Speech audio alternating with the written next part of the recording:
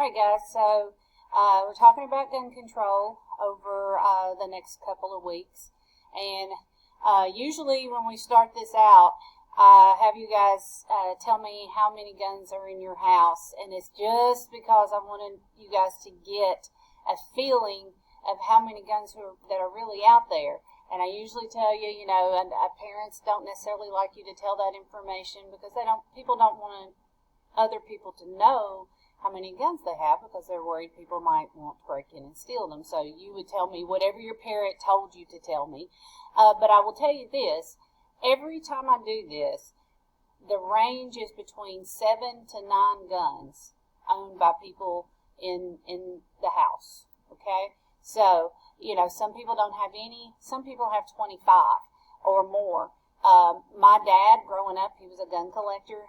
At one time, we had 300 guns in our house because he was a collector and he would buy, sell, and trade those guns. But most people around average anywhere, families average anywhere from 7 to 9 guns. We have, I think, 8 guns in our house right now. Luke is a hunter, and so he has, I know, 3 different guns. One of them's a muzzle loader. He's got a deer rifle, and he's got a shotgun. So we also have a handgun. I have my carry permit. My husband has his carry permit. I don't generally carry like in my purse, but I got it because when Olivia was playing softball and we were having to travel late at night by ourselves sometimes, I wanted to be able to have that for protection. Now the law has changed. I would not have to have my carry permit now in order to be able to carry a gun in my car. Now, if I was carrying it on my person, like in my purse, then you wouldn't still need a permit here in Tennessee. But anyway, I do want you guys to realize how many guns are out there. There is easily 1 gun for every person here in Dickson County. There's around 53,000 people. That means there are around 53,000 guns out there. There's probably more than that. But if we were able to do that survey like I normally do, I think you guys would see how easily that adds up. And, we are using Dickson kind of numbers. Have a feeling Creekwood kind of numbers, their average may be higher. They're more rural. Tend to see more guns in a more rural area, at least here in the South. So anyway, we're going to go on through this and fill in your notes. So, do you have the right to bear arms? Well, constitutionally, yes you do. And that's what we're going to talk about. The Second Amendment, the question of gun control, both starts and stops with your interpretation of the Second Amendment. That's what you need to know. Second Amendment is the amendment that guarantees your right to bear arms. Now, exactly what that says is a well-regulated militia being necessary to the security of a free state, the right of the people to keep and bear arms shall not be infringed. All right, now, if we were here in class, we would kind of dissect this a little bit, and so I'm going to do it right now for you a little bit because I want you to think about it. A well-regulated militia. When was this amendment, or any of the amendments for that matter, added to the Constitution? Roughly 1789, 1790. At that time, did we have a standing army in the United States? We did not. So militia, who made up the militia? Pretty much anybody who had a gun. Any male who had a gun. Now, one of the myths out there is that everybody had a gun back in the day. That's not true, especially if you lived more in the towns and the city parts. Now, as you went out on the edge of the frontier, yes, more people did have guns, but in the cities, no, not everybody had a gun.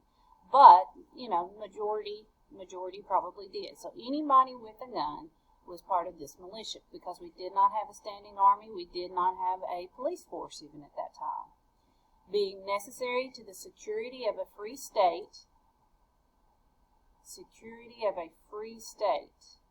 Well, that could be security from maybe the Native Americans who lived here at the time, but more likely that meant security of a free state from other governmental entities like the British or like the French or like the Spanish.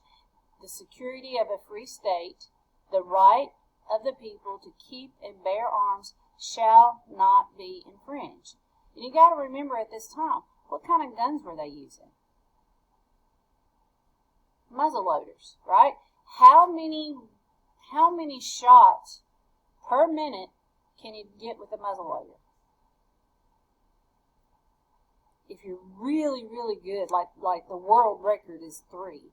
Most people got 1, and if you were good back in the day, you probably could get 2. That's not nearly what we can do now. I mean, we can fire hundreds of rounds in a minute at this point with the technology that we have. So, shall not be infringed. Infringed means that you cannot cut in on that right. But here's the thing.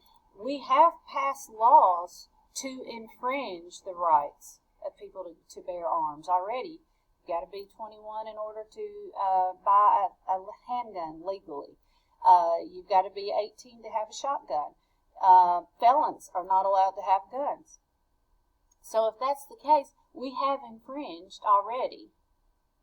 But are those laws constitutional? The court have said that those laws are constitutional. So when can we infringe? When do we step over the line and violate this constitutional right? And we're talking about guns that can shoot far more rounds than the writers of this amendment ever thought possible. And then that security of the free state, is that now the job of our army, our military to take care of? So there's a lot of questions in here with the Second Amendment. Now, if you take it at face value, you don't dissect it, then absolutely we have a guaranteed right to bear arms according to the Constitution. But we've got a lot to talk about that whole infringed part and looking at different weapons and those kinds of things. So, anyway, let's move on. I know that took a long time.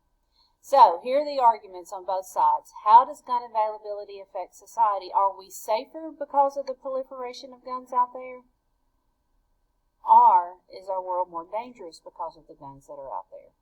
Is gun control constitutional? Well, we've already implemented some measures of gun control that are constitutional. Felons can't have a gun, those sorts of things. But when is too much? When have we violated that Second Amendment? What measures would be effective in reducing gun violence? Because that's the whole question here. If people weren't killing innocent people with guns, there would be no question here about this. Okay? We need to reduce gun violence in this country, or is this something we're just supposed to live with?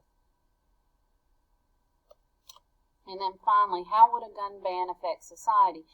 Since Joe Biden is the heir apparent to the presidency, if people have already said, oh, he's going to take away our guns, Well, first of all, I don't believe that is even a possibility. But what if some guns were banned? We've banned assault weapons in this country before, from 1994 to 2004.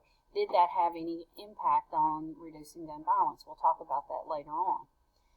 All right, moving on. Facts about gun control. And if I go too fast, you can stop this to fill in whatever you need to fill in. Facts about gun control. Every year in this country, people buy at least 2 million new guns. Now, sometimes it's more than that because you will see a spike. Right now, there's a spike going on in people buying guns. There will likely be probably double that amount sold here in 2020, maybe even more than that, because first of all, the pandemic.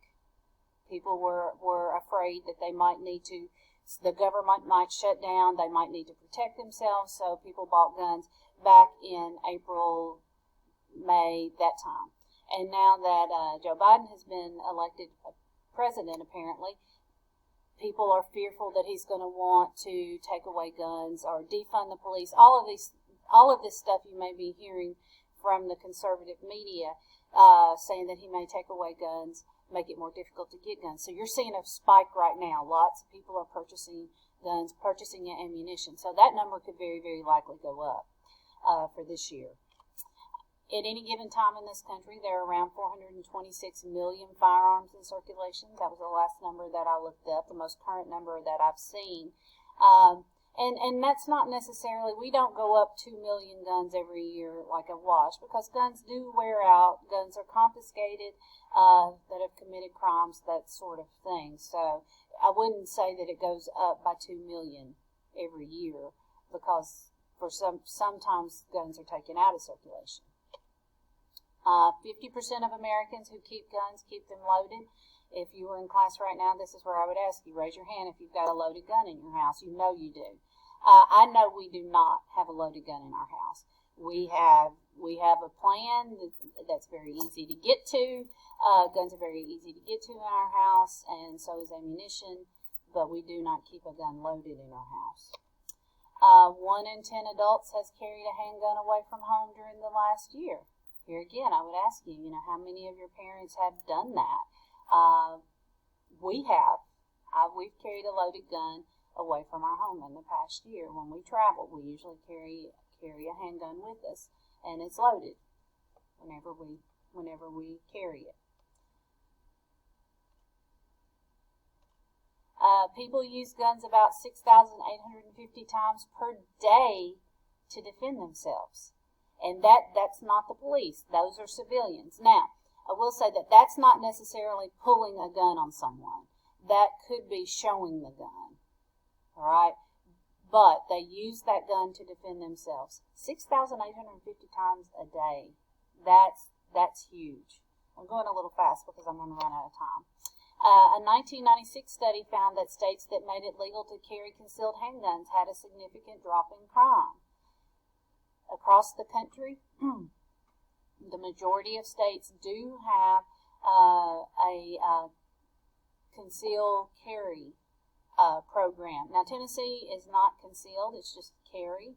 You can carry your gun on your hip here in Tennessee. It's not recommended by people who teach the class. The person who taught my class said he wouldn't recommend that, because if you are in a situation where you're in a convenience store and it's about to be robbed, and the person comes in, he's going to survey and say, okay, if there's a person on, with a gun on their hip, that's going to be the first person they shoot. So, but I see it all the time in Walmart, people carrying guns on their hip. Tennessee is not a conceal state. It is just a carry state. And then, according to Gun Owners Foundation, violent criminals carry assault weapons in only 1% of their crime. I talked about the assault weapons ban that lasted from 94 to 2004, had very little impact, and we're going to talk more about that later on. But if you think about it, assault weapons only used in 1% of their crimes. Well, what weapon is used in the majority of crimes when you're talking about firearms? If you said handgun, you're right. Handguns are used anytime there's a firearm used. 80% of the time in this country is going to be done using a handgun, right? We'll talk more about that later on. So that piece of legislation was one of those pieces of legislation that's kind of a knee-jerk reaction, feel-good legislation that really had very little impact on crimes in this country. All right, last one. Guns are used in 60% of U.S. suicides. The United States does not have the highest rate of suicide, but we do have the highest rate of suicide using firearms. I think Finland, I think right now has the highest rate of suicide in the world, but they don't do it with guns. Japan has a high rate of suicide. They don't use guns there, but we have a high rate of suicide, but not the highest. But we do have the highest rate of suicide by firearms. Okay, that's it for the guided notes. Tomorrow we're going to look at different states and what kind of legislation they have. What does Tennessee have? Those kinds of things. All right, I'm about out of time. You guys have a great day. See you later.